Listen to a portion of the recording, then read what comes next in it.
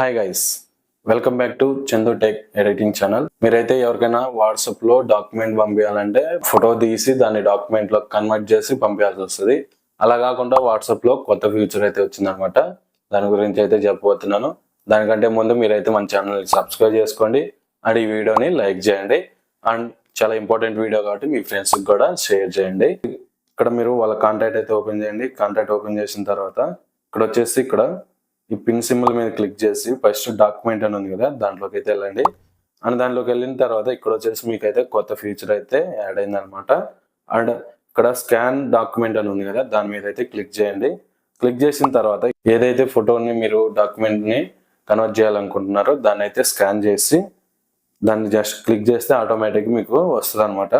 And ఇక్కడ apply just మీరైతే ఇక్కడ ఎడిట్ కూడా చేసుకోవచ్చు. సింపుల్గా ఎడిట్ చేసుకొని ఇక్కడ డన్ అని క్లిక్ చేస్తే మీకు ఆటోమేటిక్గా ఇలా వస్తుంది. ఆటోమేటిక్గా మీరైతే ఇలా కన్వర్ట్ చేసి పంపించచ్చు అనమాట. అండ్ ఈ ట్రిక్ మీకు ఎలా అనిపించిందో మీరైతే కామెంట్ చేయండి. సెట్టింగ్ వచ్చేసి అన్ని ఫోన్లో అయితే వర్క్ అవ్వట్లేదు అనమాట. ఇది వాట్సాప్ బీటా వర్షన్లో అయితే ఉంది. మీకు కూడా ఇలాంటి ఫీచర్ కావాలంటే ఆ బీటా వర్షన్ అయితే డౌన్లోడ్ చేసుకోవాలన్నమాట. అది ఎలా చేయాలి అనేది మీకు కావాలనుకుంటే కామెంట్ చేయండి, నేనైతే నెక్స్ట్ వీడియోలో చెప్తాను.